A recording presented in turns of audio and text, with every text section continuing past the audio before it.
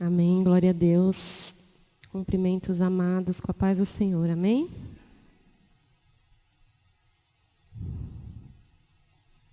Todo mundo trouxe Bíblia aí, em nome de Jesus? Abra a palavra do Senhor no Evangelho segundo Mateus, capítulo de número 22, versículo de número 34.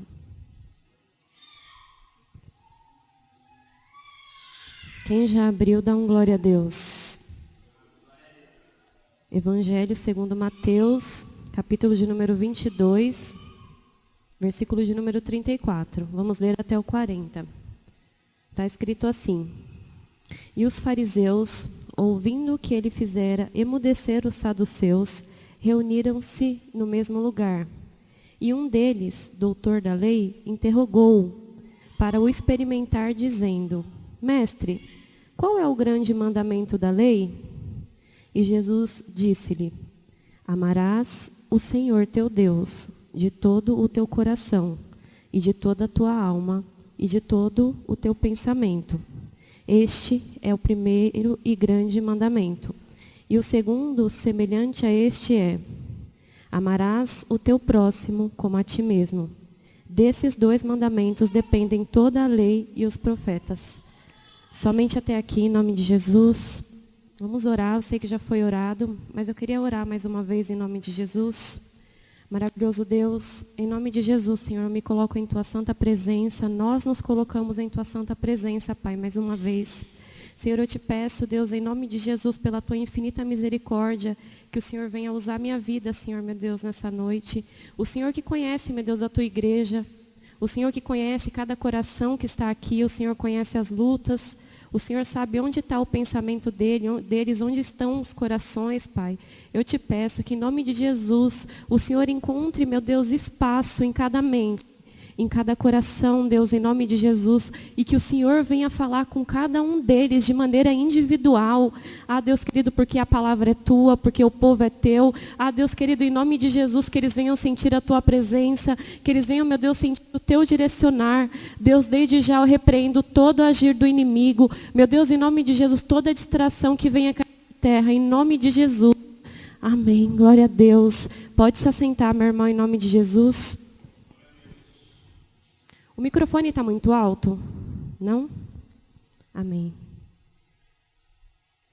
No capítulo de número 22, versículo de número 34 que nós lemos, vou ler novamente o versículo 34 e 35. E os fariseus, ouvindo que ele fizera emudecer os saduceus, reuniram-se no mesmo lugar. E um deles, doutor da lei, interrogou para o experimentar. Só para a gente entender um pouquinho aqui o que estava acontecendo, no capítulo de número 22, no início, Jesus estava ali ensinando ao povo, aos discípulos, como era de costume. E nesse capítulo, na verdade, em alguns capítulos à frente, é possível observar como os mestres da lei, como os religiosos, eles tentavam testar Jesus de todas as formas possíveis, para arrumar alguma forma de acusar o Senhor. Então, em quase todos, ou em grande parte dos sermões de Jesus, havia um fariseu, havia um saduceu, havia um mestre da lei ali, um estudioso querendo interrogar e testar para experimentar Jesus, como está escrito aqui. Então, no início do capítulo 22, Jesus ele está ensinando. E anterior a esse versículo que eu li, não vou ler não, mas a partir do versículo 15, alguns saduceus começam, na verdade uns estudiosos saduceus começam a questionar sobre um outro assunto, o Senhor. E o Senhor dá ali uma resposta para eles, de maneira que eles não têm nem o que falar, nem o que argumentar. E eles ficam caladinhos. E aqui esse versículo de número 34 diz: E os fariseus, ouvindo que ele fizera calar, aqui está emudecer, mas fizeram calar, que Jesus havia feito os saduceus se calar. Eles se reuniram e um deles, doutor da lei, interrogou para o experimentar, ou seja, Ele conseguiu calar os saduceus, mas a gente vai conseguir pegar ele de alguma outra forma. Vai conseguir experimentar, testar ele de alguma outra forma. Então, ele começa a fazer questionamentos a Jesus. Mas antes de entrar no questionamento aqui que eles fazem a Jesus, eu queria abrir um parênteses para falar sobre eles. Sobre esses estudiosos, esses mestres da lei que havia nesse tempo aqui. Naquela época, todos aqui sabem que Jesus ele curava, Jesus ele libertava, Jesus ele instruía, Jesus ele ensinava com autoridade, diferente daqueles mestres da lei daquela época. E o que acontece? As pessoas elas começaram a seguir Jesus, a querer saber quem é esse Jesus. Então, onde Jesus estava, havia sempre uma grande multidão. E qual que foi a consequência disso? Esses mestres da lei, esses doutores, esses religiosos, ficaram enciumados. Eles tiveram medo daquilo que Jesus estava ensinando, daquilo que Jesus estava fazendo. Então, todo momento eles tentavam ali pegar Jesus, testar Jesus de alguma forma. E o que acontece? Jesus, no capítulo de número 23, posterior a esse, Jesus ele faz duras críticas a esses fariseus. Porque é uma continuação. Primeiro os saduceus vai lá, faz questionamentos, mas eles não fazem questionamentos com dúvidas. Para Jesus ensinar eles. Não, eles faziam de propósito. Então, diversas vezes, só nesses capítulos aqui, 22, 23, eles vão fazer diversas vezes questionamentos. Então, chega um ponto ali no capítulo de número 23, que Jesus vai dizer. Então, falou Jesus à multidão e aos discípulos, dizendo: na cadeira de Moisés estão assentados escribas e fariseus. Observai, pois, e praticai tudo o que vos disserem, mas não procedais em conformidade com as suas obras, porque dizem e não praticam. Pois atam fardos pesados e difíceis de suportar e põem sobre os ombros dos homens. Eles mesmos, porém, nem com o dedo querem movê-los.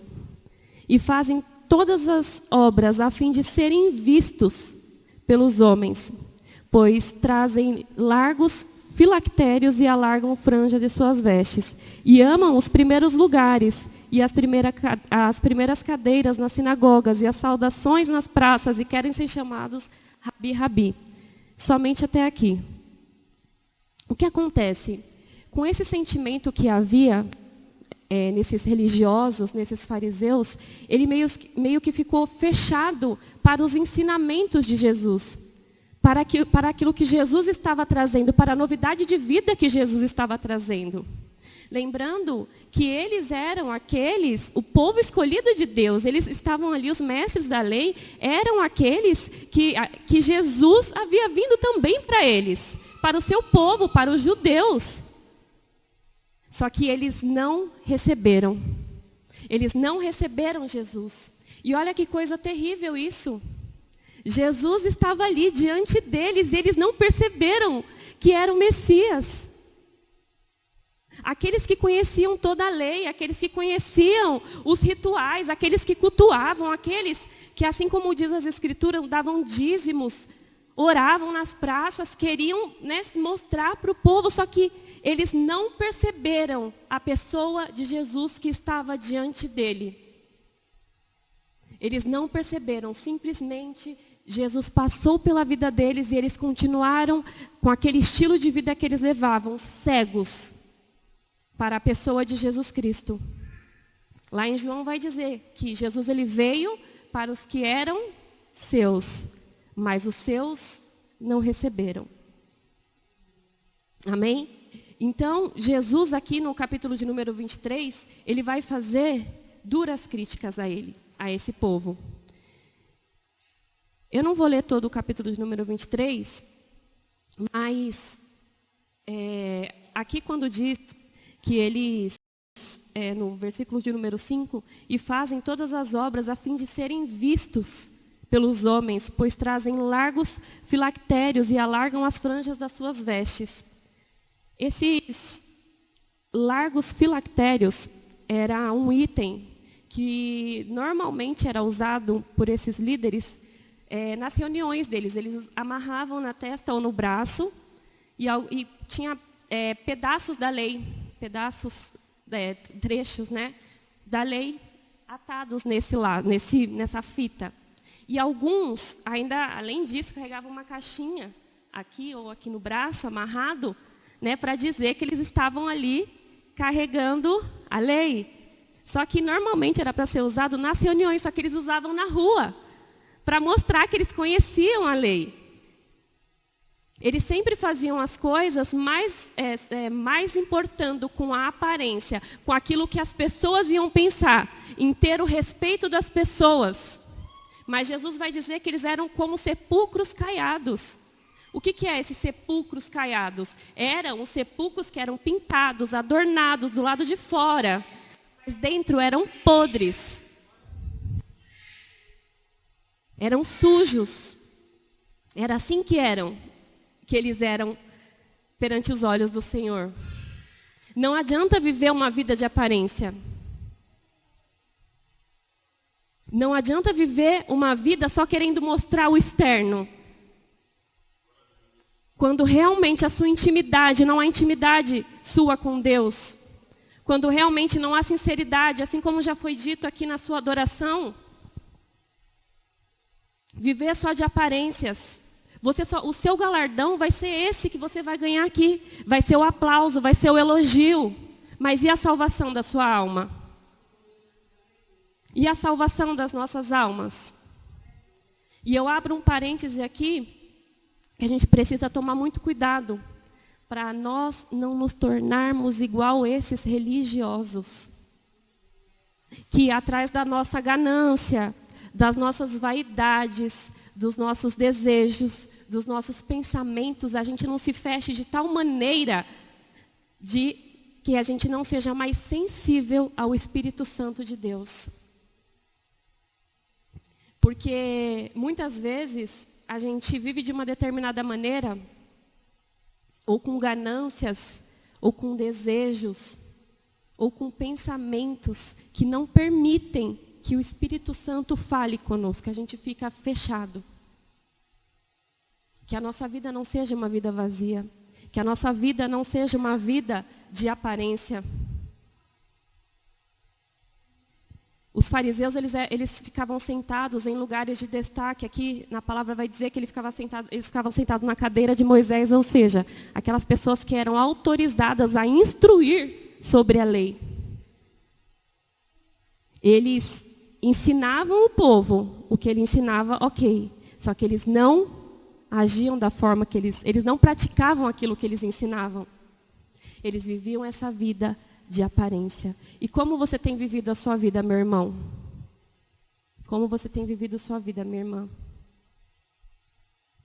Isso o Senhor falou muito ao meu coração. É algo que quando eu estava aqui preparando a minha oração, chegava o meu coração a apertar. Porque hoje nós vivemos num tempo em que as pessoas estão muito preocupadas com essa aparência, principalmente nas redes sociais, em mostrar que tem algo. E mostrar que tem, e mostrar que são, e mostrar que podem. Eu tenho a melhor vida, eu tenho o melhor relacionamento, eu tenho a melhor família, eu tenho o melhor tudo. Eu sou o crente mais exemplar. Aí grava aqueles vídeos quando vai fazer algum bem para o próximo, grava aquele vídeo querendo mostrar, da evidência que ele está fazendo bem. Para quem que ele está fazendo isso? Para mostrar para quem? É para Deus ou é para os homens? Não estou falando que não deve ser divulgado quando a gente precisa ajudar as pessoas, enfim, não estou dizendo isso. Mas Deus, ele sabe a intenção do nosso coração que a gente faz as coisas. Como que você tem feito a obra do Senhor? Porque, em tese, eram para esses religiosos que conheciam a lei, era para eles estarem muito bem com Deus, porque eles conheciam a lei. Vocês entendem que o conhecer a palavra e o não praticar ela é muito perigoso? A pessoa pode fazer um curso de teologia, pode ser teólogo, pode ter o maior conhecimento, Mas se isso não tiver uma relação profunda com o seu Deus, se isso não for sincero para com o seu Deus, você vai estar vivendo a sua vida de aparência. Isso é perigoso. Isso é muito perigoso. E no versículo aqui do capítulo 22, versículo de número 36. Então eles estavam ali questionando o Senhor Jesus e eles perguntam: Mestre, qual é o grande mandamento da lei? E Jesus disse-lhes: Amarás o Senhor teu Deus de todo o teu coração e de toda a tua alma e de todo o teu pensamento. Ou seja, você deve amar o Senhor com todo o seu ser. Com todo o seu ser. Com todo o seu coração, com toda a sua alma, com todo o teu pensamento. Amar a Deus por inteiro, por completo. E um detalhe que é utilizada aqui no amarás é a palavra bem conhecida, ágape. Essa palavra ágape, ela significa um profundo apreço e elevada consideração. A mesma palavra ágape é usada aqui no amarás o Senhor teu Deus, como também é usada no amarás o teu próximo como a ti mesmo. É a mesma palavra empregada. E quando aqui está escrito amarás, é mais ou menos assim, lembrando que a gente está falando de um mandamento, é uma ordenância do Senhor. Você deverá amar o Senhor teu Deus. Você deverá amar o Senhor teu Deus. Você deverá amar o Senhor teu Deus. Não é estar na igreja, eu não vou amar. Não, você deverá amar o Senhor teu Deus com todo o teu ser. Com toda a tua alma, com todo o teu entendimento, com toda a tua força. No mais profundo do teu ser, você deve amar o Senhor. E uma curiosidade também, que no Novo Testamento, sempre que precisa ser empregada a palavra amor como uma ordenância para amar, é empregada essa palavra, ágape, que significa profundo apreço e elevada consideração. É dessa forma que nós devemos amar ao Senhor, de modo profundo, no mais interior do nosso ser. Não é algo superficial, não é algo no mais interior. Não é algo nas margens, mas é algo profundo, de maneira inteira. É dessa maneira que nós devemos amar ao Senhor. É dessa maneira. Isso é diferente do que os líderes religiosos estavam fazendo, né? Que eles amavam só de aparência. Diziam que amavam o Senhor, mas as suas obras não demonstravam isso. Aquilo que eles faziam não demonstrava isso. Amar a Deus com todo o nosso ser é buscar agradar a Deus em tudo o que a gente faz. Se você está no seu trabalho, ame a Deus. Em qualquer lugar que você estiver, ame a Deus, até quando ninguém estiver olhando. É longe dos holofotes, é longe dos palcos, é longe dos aplausos. É longe. É adorar a Deus no seu íntimo com Ele. Ninguém precisa ver a sua adoração com Deus. Ninguém precisa ver. Mas Ele precisa te enxergar. A tua oração precisa chegar até Ele. A tua adoração precisa chegar até Ele. A tua vida precisa ser uma vida que Deus olha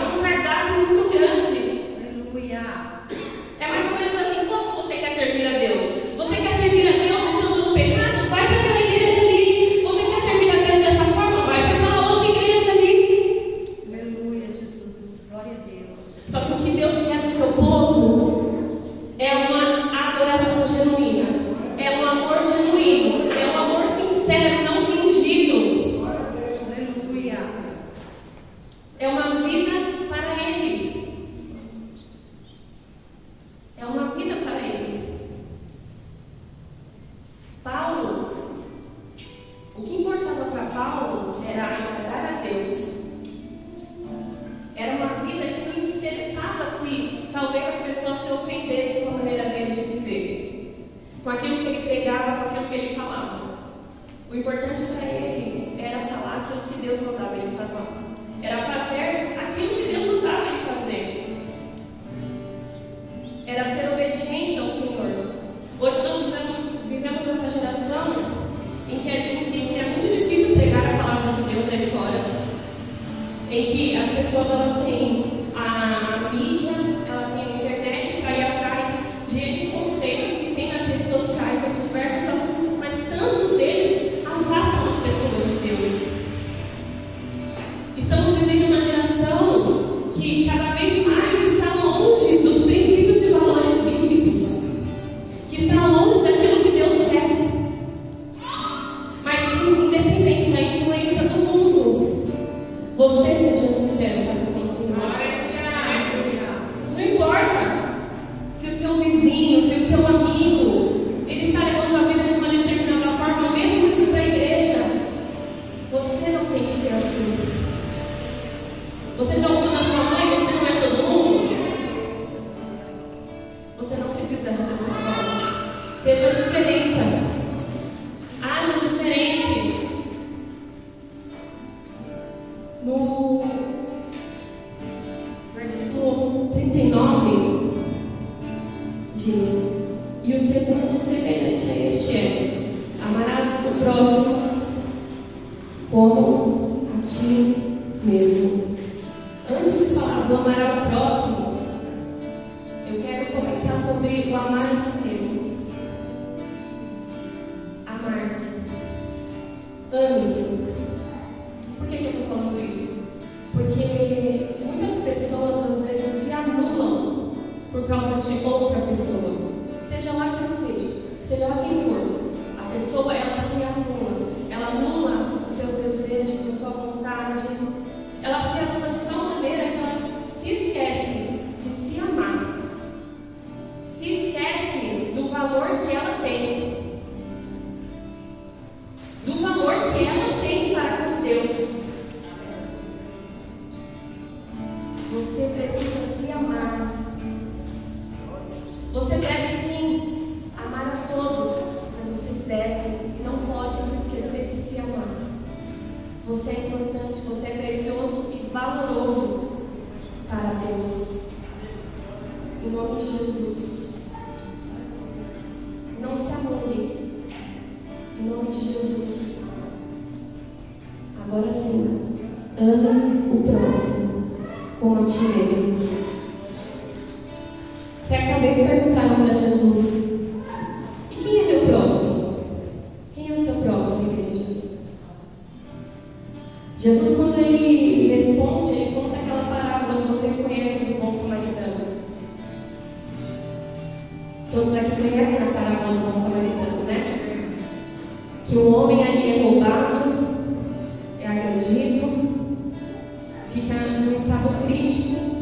Então passa por ele um sacerdote e passa longe dele. Passa um levita e passa longe dele. Então passa um bom samaritano que olha aquele homem, sente misericórdia e vai lá e trata, dando o bom e o melhor para ele, tratando as suas feridas, cuidando de tudo aquilo que ele iria precisar. Então Jesus ele pergunta para aquele que estava questionando ele: quem foi o próximo daquele homem? E o estudioso diz: foi aquele que usou de misericórdia. Falou assim: vá e faça o mesmo. Quem é o seu próximo? É só quem faz bem para você? O seu próximo é só quem você gosta? O seu próximo é só quem você tem afinidade? O seu próximo é só aqueles que estão aqui na igreja que é fácil de amar? Quem é o seu próximo? Será que nós muitas vezes não agimos assim também? Diante da necessidade daquele que a gente talvez não tem tanta afinidade? Como que nós temos sido, meu irmão? Eu percebo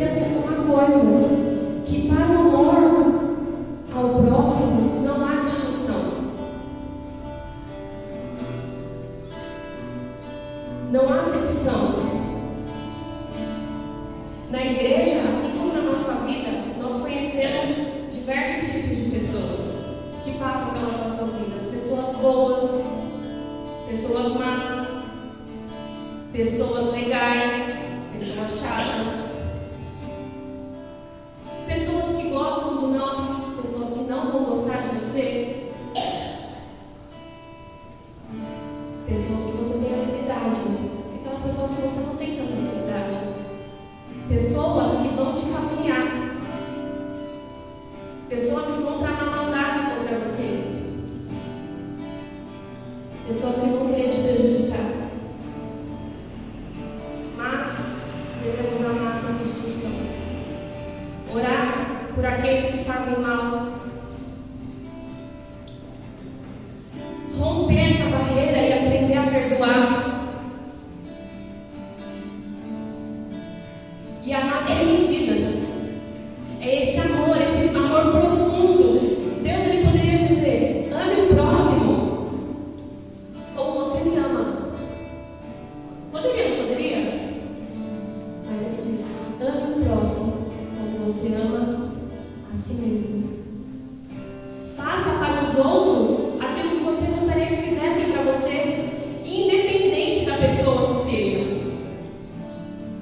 sem distinção. Nos evangelhos, nós vamos aprender isso, que a essência de todos os evangelhos é isso: é o dar. Deus amou o mundo de tal maneira que Ele deu o seu Filho. Jesus, ele amou o mundo de tal maneira que Ele se entregou por nós. E nós devemos amar o próximo como a nós mesmos e também nos entregar por cada um, por cada vida.